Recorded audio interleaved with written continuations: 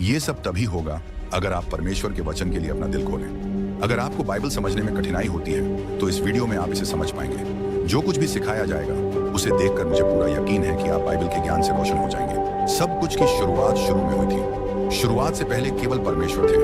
वह कभी भी खत्म नहीं हुए। वह अनादि है, यानी हमेशा से है। उनकी कोई शुरुआत नहीं थी। वह सब चीजों की शुरुआत है। वह बनाए नहीं गए थे। वह सभी चीजों के सृष्टिकर्ता है। उनका अस्तित्व कभी शुरू नहीं हुआ।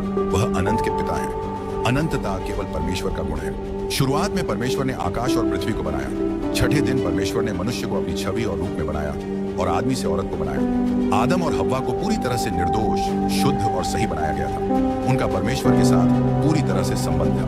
वे परमेश्वर के बगीचे में खुशी खुशी रहते थे और परमेश्वर की सृष्टि की देखरेख करता थे। लेकिन फिर वे पाप में गिर गए और पूरी मानवता को इस गहरे पाप में डाल दिया, क्योंकि हम सभी आदम में थे। आदम और हव्वा के दो बेटे थे, कैन और हाबिल। जलन के कारण कैन ने अपने भाई हाबिल की हत्या कर दी। इस तरह कैन इतिहास में पहला हत्यारा बन गया। बाद में आदम और हव्वा का एक और बेटा हुआ जिसका नाम शेत था। शेत के जरिए एक पवित्र वंश शुरू हुआ जो परमेश्वर की ओर मुड़ने लगा। लेकिन ज्यादा समय नहीं बीता कि धरती पाप और हिंसा से भर गई। तब परमेश्वर ने तय किया कि वे अपनी बनाई हुई मानव जाति को धरती से मिटा देंगे। लेकिन उस समय एक धर्मी आदमी था जिसका नाम नूह था। इसीलिए परमेश्वर ने जल प्रलय के जरिए अपना न्याय दिखाया। लेकिन नूह, उसकी पत्नी और उसके 3 बेटे शेम, हम और याफेत और उनकी पत्नियों को बचाया। वे सभी उस जहाज आर्क में थे जिसे उन्होंने बनाया था। नूह के बेटों के जरिए परमेश्वर ने अलग अलग जातियों की शुरुआत फिर से की। शेम से सेमिटिक, यहूदी और अरबी जातियां बनी। हम से अफ्रीकी और एशियाई जातियां बनी और याफेत से यूरोपीय जातियां बनी। बाद में परमेश्वर ने एक परिवार चुना जिससे एक ऐसा जनसमूह बने जो वादा किए गए मसीहा को दुनिया में लाने का साधन बने। उन्होंने अब्राहम को कल्दी के ऊर नाम की जगह से बुलाया। अब्राहम ने अपनी जमीन और परिवार छोड़ दिया और विश्वास का यात्री बन गया। जहां जहां वह गया उसने परमेश्वर के लिए वेदियां बनाई। यह कहानी अब्राहम और उसके भतीजे लोट के साथ आगे बढ़ी। लोट 2 जातियों का पूर्वज बना, अम्मोनियों और मोआबियों का। जब अब्राहम हैरान से चले तब उनकी उम्र 75 साल थी। परमेश्वर ने वादा किया था कि उनके एक बेटा होगा और वह एक बड़ी जाति के पिता बनेंगे। उनसे सारी धरती की जातियां आशीर्वाद पाएंगी। अब्राहम ने परमेश्वर के वचन के पूरा होने के लिए 11 साल तक इंतजार किया। फिर उनकी पत्नी सारे, जो अब परमेश्वर के वादे पर विश्वास नहीं कर रही थी, ने अपनी दासी हाजिरा को अब्राहम के साथ रहने के लिए दिया। इससे इश्माइल पैदा हुआ जो एक बड़ी जाति अरब लोगों का पिता बना। ये लोग इतिहास में इजराइल के लोगों के दुश्मन रहे हैं। जब अब्राहम 99 साल के थे तब परमेश्वर उनके सामने आए और उनसे कहा कि वह अपने तंबू से बाहर जाएं और आसमान में तारे गिने। फिर परमेश्वर ने उनसे कहा कि उनकी औलाद उतनी ही अधिक होगी जितने आसमान में तारे और समुद्र के किनारे की रेत होती है। लेकिन परमेश्वर ने यह भी बताया कि उनकी औलाद 430 साल तक गुलामी में रहेगी। परमेश्वर ने अब्राहम का नाम बदलकर अब्राहम कर दिया। अब्राहम का मतलब था महान पिता और अब्राहम का मतलब है कई लोगों का पिता। जब वादा किया गया बच्चा अभी तक पैदा नहीं हुआ था तब अब्राहम 100 साल के थे और उनकी पत्नी सारा 90 साल की थी जब इसहाक का जन्म हुआ। इसहाक ने रेबेका से शादी की लेकिन रेबेका को बच्चा नहीं हो रहा था। 20 साल की शादी के बाद रेबेका ठीक हो गई और उनके जुड़वा बेटे हुए एसाव और याकूब। एसाव एदोमियों के पूर्वज बने और याकूब, जिनका नाम बाद में इसराइल रखा गया, इसराइलियों के पूर्वज बने। याकूब के 12 बेटे और एक बेटी थी। उनके दूसरे आखिरी बेटे यूसुफ की वजह से याकूब का परिवार 70 लोगों के साथ मिस्र चला गया। वहां वे गोशेन नाम की उपजाऊ जगह पर बस गए। ये 70 लोग बहुत तेजी से बढ़े। मिस्र में 400 साल रहने के बाद मूसा के नेतृत्व में वे वहां से निकले। उस समय उनके साथ 6 लाख पुरुष थे। औरतों और बच्चों को मिलाकर लगभग 20 लाख लोग थे। प्रॉमिस लैंड की ओर रेगिस्तान की जर्नी शुरू हुई। ये जर्नी 3 महीने में पूरी होनी चाहिए थी, लेकिन लोगों के अविश्वास और 12 जासूसों की वजह से यह 40 साल तक खींच गई। इन जासूसों को प्रॉमिस लैंड की जांच के लिए भेजा गया था। उनमें से 10 जासूस नकारात्मक खबर लेकर लौटे और लोगों को परमेश्वर और मूसा के खिलाफ भड़का दिया। वहां के विशालकाय लोगों को देखकर उन्हें लगा कि वे टिड्डों जैसे छोटे हैं और उन्होंने परमेश्वर की शक्ति को कम आंका। तब परमेश्वर ने लोगों को सख्त सजा दी और उन्हें रेगिस्तान में भटकने का आदेश दिया, जिससे वे वहीं मर जाएं। केवल 2 वफादार जासूस, यहोशू और कालेब, को ही प्रॉमिस लैंड में जाने की अनुमति मिली। इसराइल के लोग 40 साल तक रेगिस्तान में घूमते रहे क्योंकि उन्होंने 40 दिन तक उस देश की जांच की थी। ये रेगिस्तान दुनिया का सबसे बड़ा कब्रिस्तान बन गया, जहां मिस्र से निकली पूरी पीढ़ी खत्म हो गई, सिवाय उन 2 आदमियों के जिन्होंने परमेश्वर पर विश्वास करने की हिम्मत की थी। 40 साल तक रेगिस्तान में भटकने के बाद यहोशू की लीडरशिप में 6 साल तक देश को जीतने की लड़ाई चली, लेकिन फिर भी बहुत सी जमीन जीतनी बाकी थी। यहोशू, जो मूसा के सेवक थे, ने परमेश्वर की बुलाहट और उनकी खास ताकत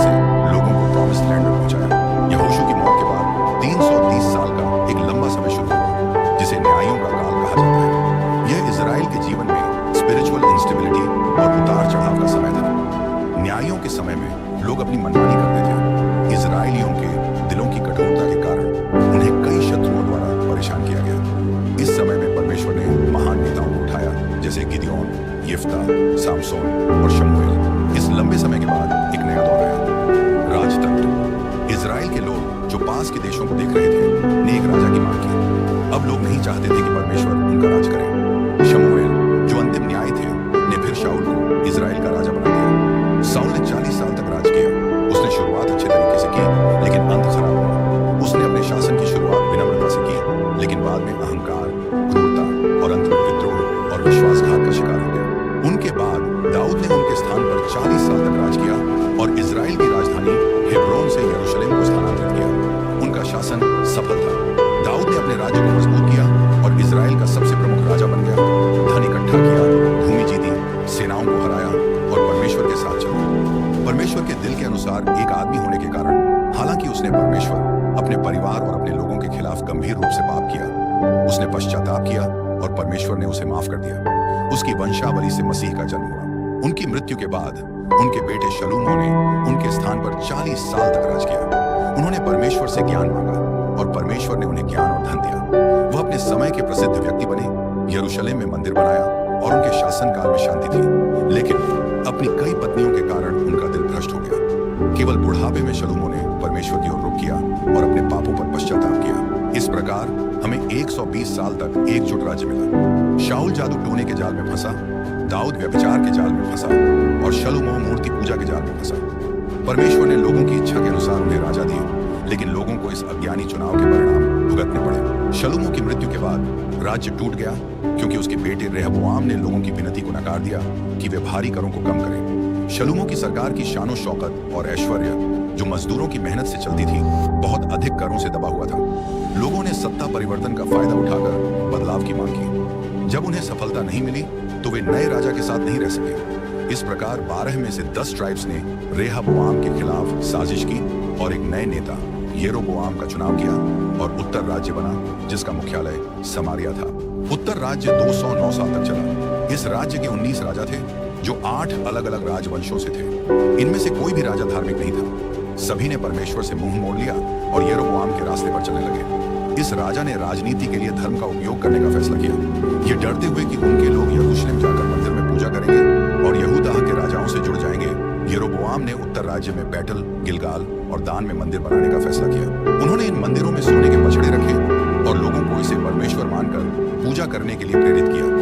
उत्तर राज्य के सभी 19 राजाओं ने यही रास्ता अपनाया। सभी बुरे और पापी थे, किसी ने भी परमेश्वर की खोज नहीं की। उस समय परमेश्वर ने कुछ भविष्यवक्ताओं को भेजा, जिन्होंने राजाओं, राष्ट्र और पैसों से रिश्वत लेने वाले पाखंडी भविष्यवक्ताओं और पुरोहितों के पापों की निंदा की। उस समय परमेश्वर ने भविष्यवक्ताओं आमोस, होशे और मीका को भेजा।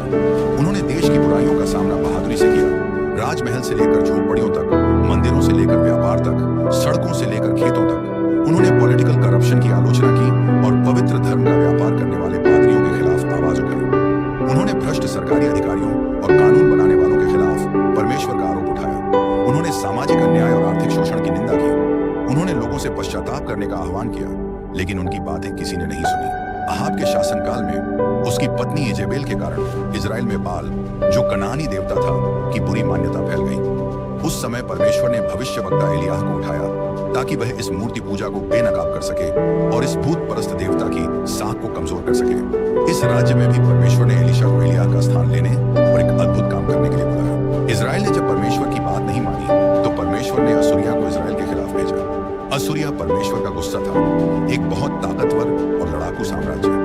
जब भी उसने किसी देश को हराया, उसने बहुत बुरी चीजें की, जैसे लोगों के शरीर को नुकसान पहुंचाना, सिरों को शहर के दरवाजों पर लटकाना और लोगों को बहुत अपमानित करना। उत्तर के लोगों को बंदी बनाकर ले जाने के बाद राजा सारगोन द्वितीय ने दूसरे देशों के लोगों को इजराइल की जमीन पर भेजा, जिससे वहां एक बड़ा जातीय मिला जुला हुआ। उसे पता था कि जब अलग अलग जातियां एक साथ रहती हैं तो एक पूरी जाति का अस्तित्व कमजोर हो जाता है।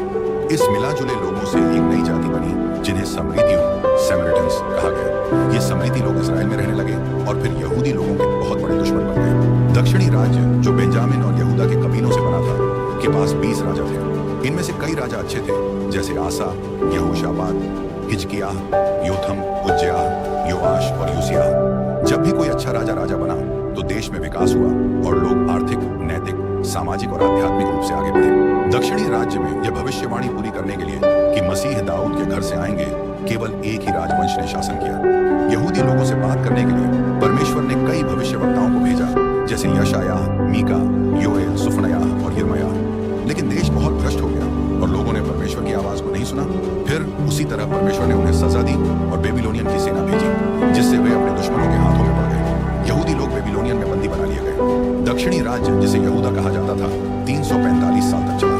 2 बार हमला करने के बाद नेबूजरदान ने यरूशलेम पर हमला किया, उसके शानदार मंदिर को तोड़ डाला और लोगों को बंदी बनाकर ले गया, जिससे शहर बहुत अपमानित हो गया। लोग 70 साल तक बंदी रहे, जैसा परमेश्वर ने भविष्यवक्ता यिर्मयाह से कहा था।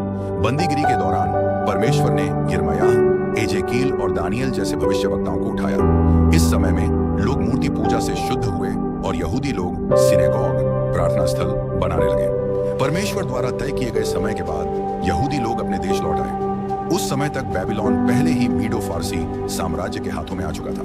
साइरस, जिसे परमेश्वर ने 200 साल पहले ही बताया था, ने यहूदी लोगों को आजाद किया और उनके कनान की जमीन पर वापस जाने के रास्ते खोल दिए। लोग 3 समूहों में वापस आए। पहले समूह के नेता जरुब्बाबिल थे, जो मंदिर के निर्माण के लिए आए।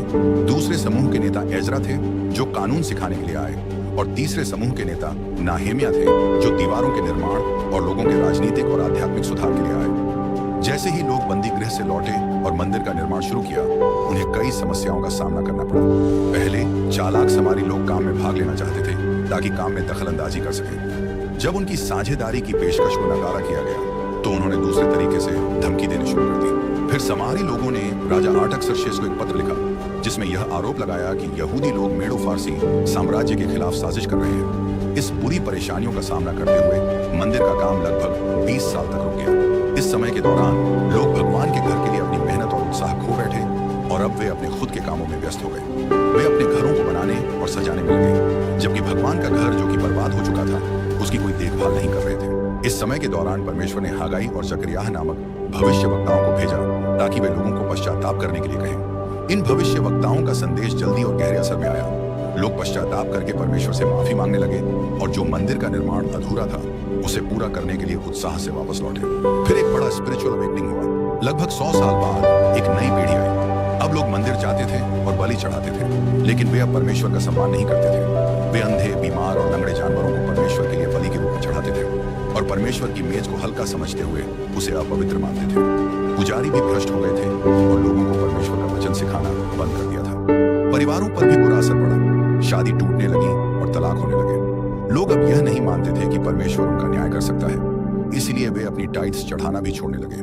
वे मंदिर जाते थे, लेकिन उनका दिल परमेश्वर से दूर था। उस समय परमेश्वर ने मलाकी नामक भविष्यवक्ता को भेजा ताकि वह लोगों को पश्चाताप करने के लिए कहे। इसी तरह पुराने नियम, ओल्ड टेस्टामेंट का समापन हुआ, जो ईसा मसीह के आने से 400 साल पहले था।